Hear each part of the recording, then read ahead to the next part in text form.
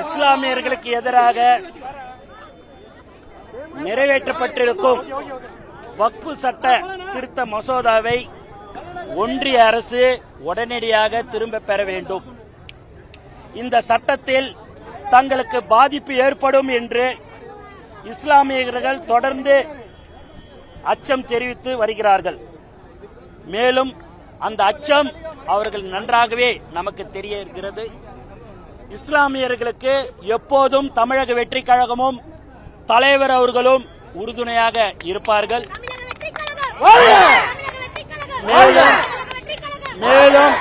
மேலும் தலைவர் அவர்கள் நேற்று அறிக்கை ஒன்று வெளியிட்டிருக்கிறார். அதில் முழு விபரம் அதில் இருக்கிறது. ஆகவே மற்றவர்களைப் போல நாங்களும் வந்தோம் போனோம் இருக்க மாட்டோம். எங்களுடைய தமிழக வெற்றி கழகம் எப்போதும் இஸ்லாமியர்களுக்கு உறுதுணையாக நாங்கள் இருப்போம் என்பதை இந்த நேரத்தில் நாங்கள் தெரிவித்துக் கொள்கிறோம்.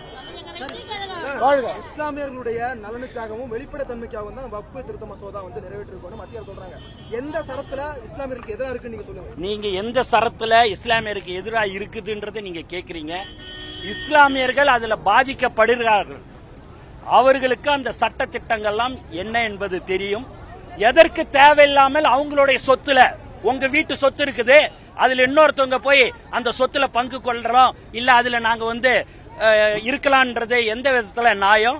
அந்த மாதிரிதான் இந்த சட்ட மசோதாவை அவர்கள் திரும்ப பெற வேண்டும் என்று தமிழக வெற்றி கழகம் சார்பாக கேட்டுக்கொள்கிறேன். அவங்க எல்லாமே செய்யறது எல்லாமே வேலிட் ரீசனோட செய்யறாங்க. எதிர்ப்பா செய்யணும்னு இஸ்லாமியர்களுக்கு எதிர்ப்பாக தானே செய்யறார்கள்.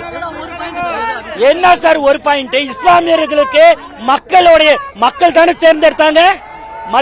ஒன்றிய அரசை மக்கள் தேர்ந்தெடுக்கும் போது மக்கள் எந்த விருப்பத்தை சொல்கிறார்களோ அதுபடிதான் அரசு இருக்க வேண்டும்.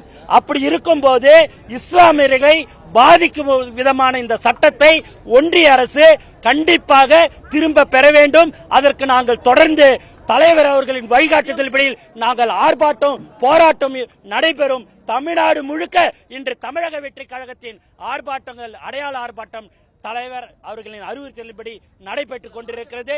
இஸ்லாமியர்களுக்கு நாங்கள் எப்போதும் உறுதுணையாக இருப்போம்.